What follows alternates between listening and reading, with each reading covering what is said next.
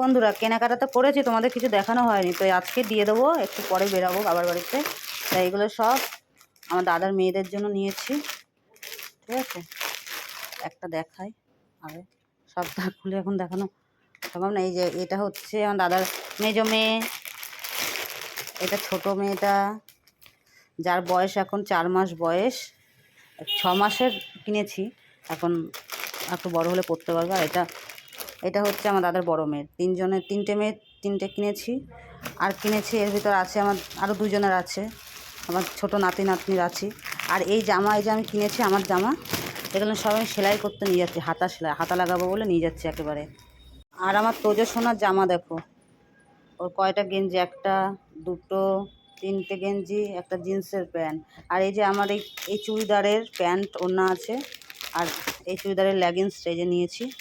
তো এগুলো আমি কিনেছি আমার জন্য, এটা ছেলের জন্য আছে। তো ছেলের আরও জামা প্যান্ট পেয়েছে, সেগুলো আছে।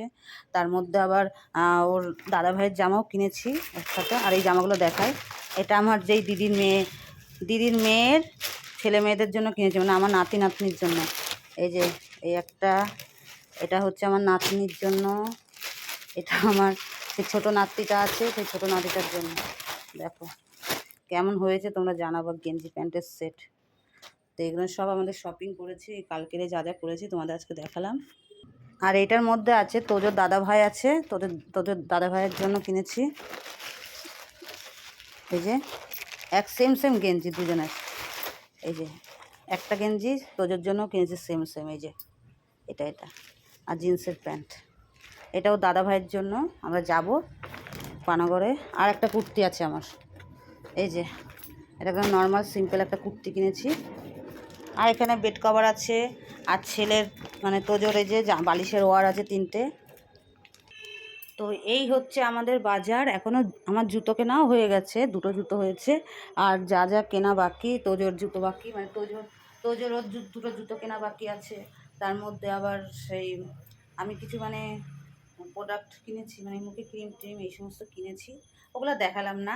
তো জামা কাপড় কী কিনেছি তোমাদের দেখিয়েছি, তোমরা অবশ্যই জানাবে কী মানে কেমন হয়েছে আমাদের জামাগুলো।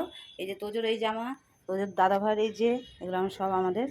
তো কালকে প্রচণ্ড ভিড় ছিল, কালকে রবিবার ছিল, তার মধ্যে মহালয়া ছিল, রাস্তাতে এত জ্যাম। আর মার্কেটিং, মানে পুজোর মার্কেটিং বলে কথা, প্রচুর মানে ভিড় ছিল।